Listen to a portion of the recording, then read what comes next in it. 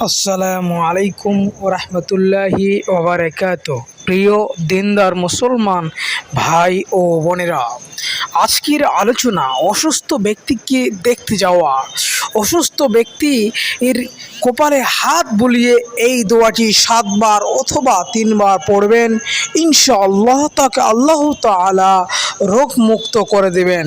তো বন্ধুরা, চ্যানেলে নতুন হলে সাবস্ক্রাইব করে লাইক করবেন। এই দোয়াটি হচ্ছে, কেউ যদি আমাদের মধ্যে অসুস্থ হয়ে পড়ে তাকে যখন দেখতে যাব, তার কপালে হাতে হাত রেখে এই দোয়াটি পাঠ করা।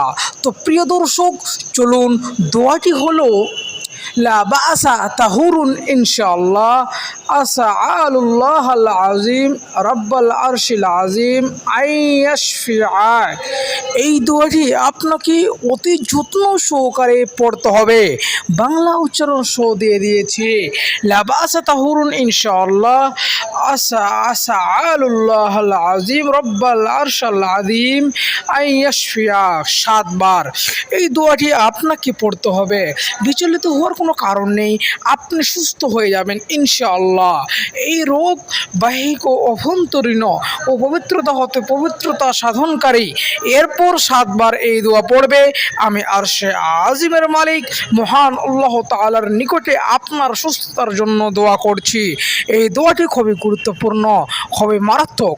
এই দোয়াটি আপনি অসুস্থ ব্যক্তির মাথায় হাত রেখে এই দোয়াটি পাঠ করবেন। ইনশাআল্লাহ আল্লাহ তাআলা তাকে সুস্থ দান করবেন। এর দলিল বুখারী হাদিস নাম্বার 5662, আবু দাউদ হাদিস নাম্বার 3106, তিরমিজি হাদিস নাম্বার 2088। অবশ্যই ভালো লাগলে লাইক করবেন। আসসালামু আলাইকুম।